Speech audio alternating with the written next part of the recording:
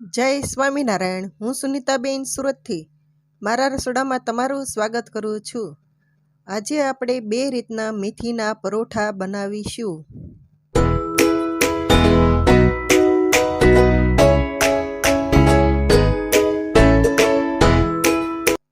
મેથીને આપણે વીણીને ધોઈ લીધેલી છે।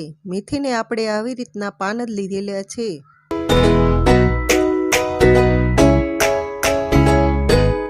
ગેસ શરૂ કરીને તવલું ગરમ કરવા મૂકી દઈશું। હવે તેમાં 1 મોટો ચમચો તેલ, અડધી ચમચી જીરું, પછી તેમાં મેથી નાખીને તેને બરાબર મિક્સ કરી લઈશું।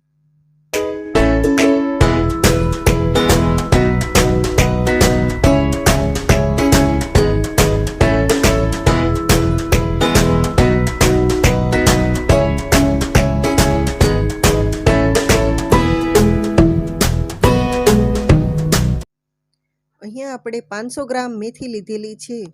હવે આપણી મેથી સરસ નરમ પડી ગઈ છે। હવે આપણે ગેસ બંધ કરી દઈશું અને મેથીને ઠંડી થવા મૂકી દઈશું। અહીંયા આપણે 1 કિલો ઘઉંનો ઝીણો લોટ લીધેલો છે। તેમાં ચણાનો લોટ આપણે 3 મોટા ચમચા નાખીશું। 1 મોટી ચમચી અજમો આવી રીતે હાથેથી ચોળીને નાખવો। સ્વાદ અનુસાર મીઠું, 1 ચમચી ધાણા જીરું પાવડર, 1.5 ચમચી આદુ મરચાંની પેસ્ટ, 1 ચમચી હળદર, 1 ચમચી લાલ મરચું પાવડર, 2 મોટા ચમચા તેલ, પછી તેમાં તાસળેલી મેથી નાખી દઈશું।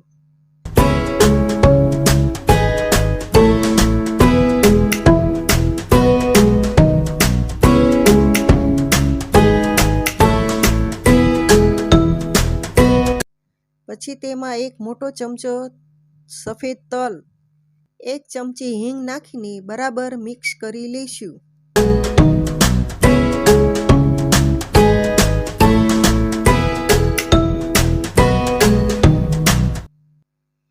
પછી તેમાં થોડું પાણી નાખીને રોટલી કરતાં કઠણ લોટ બાંધી લેવો।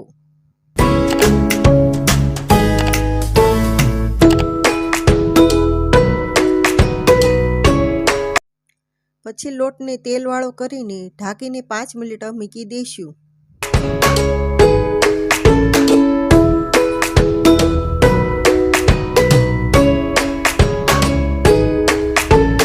હવે એક બાઉલમાં 2 મોટી ચમચી કેપ્સિકમ મરચાં, 2 ચમચી ઝીણા સમારેલા કાંદા, થોડુંક સીણેલું ચીઝ, 1 ચમચી ઓરેગાનો, 1 ચમચી ચીલી ફ્લેક્સ નાખીને બરાબર મિક્સ કરી લઈશું।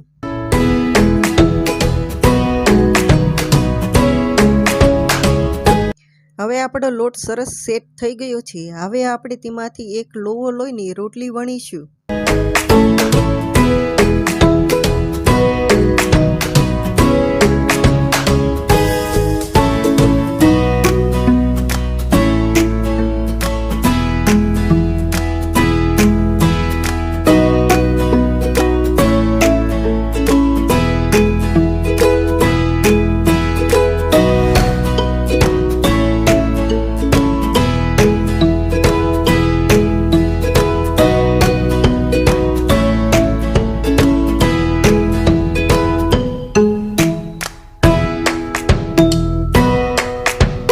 રોટલી વણાઈ જાય પછી તેની ઉપર આવી રીતે તેલ લગાવીને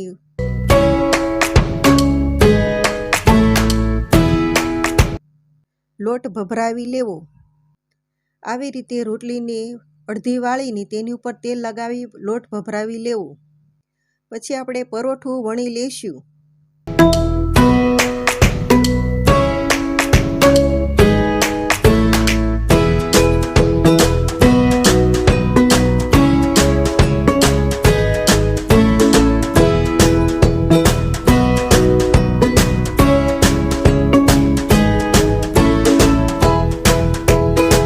આવી રીતના આપણે થોડુંક જાડું પરોઠું રાખવાનું છે।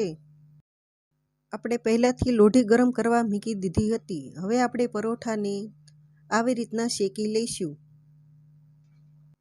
એક બાજુ શેકાઈ જાય પછી તેના ઉપર થોડું ઘી નાખીને આવી રીતે લગાવી લઈશું. પછી તેને પલટાવીને પણ આવી રીતે ઘી લગાવી લઈશું.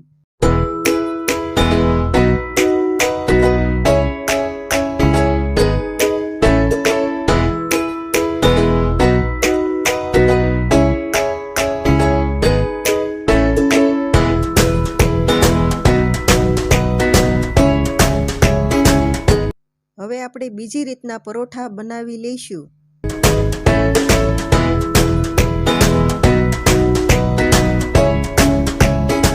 રોટલી વણીને આવી રીતે સ્ટફિંગ ભરીને આપણે આવી રીતે પરોઠું બનાવી લઈશું.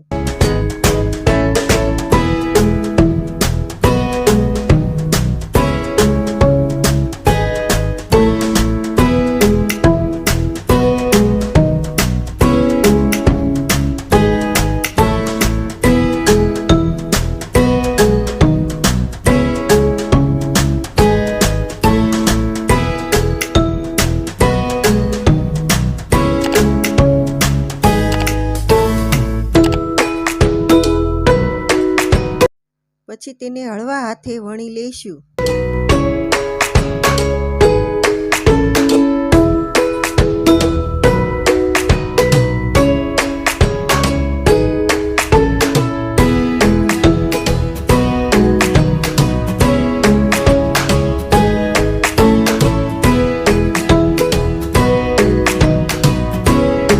પછી તેને તવા ઉપર આપણે શેકી લઈશું.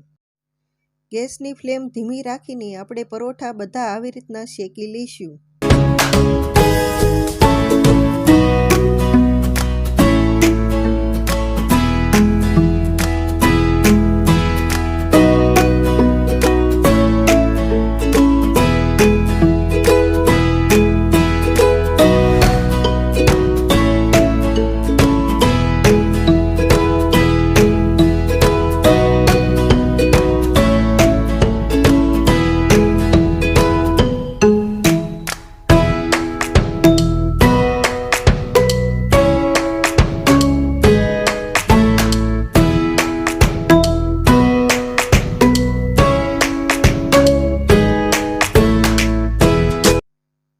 આ પરોઠા દહીં સાથે કે રાયતા મરચાં સાથે ખાવામાં બહુ સ્વાદિષ્ટ લાગે છે.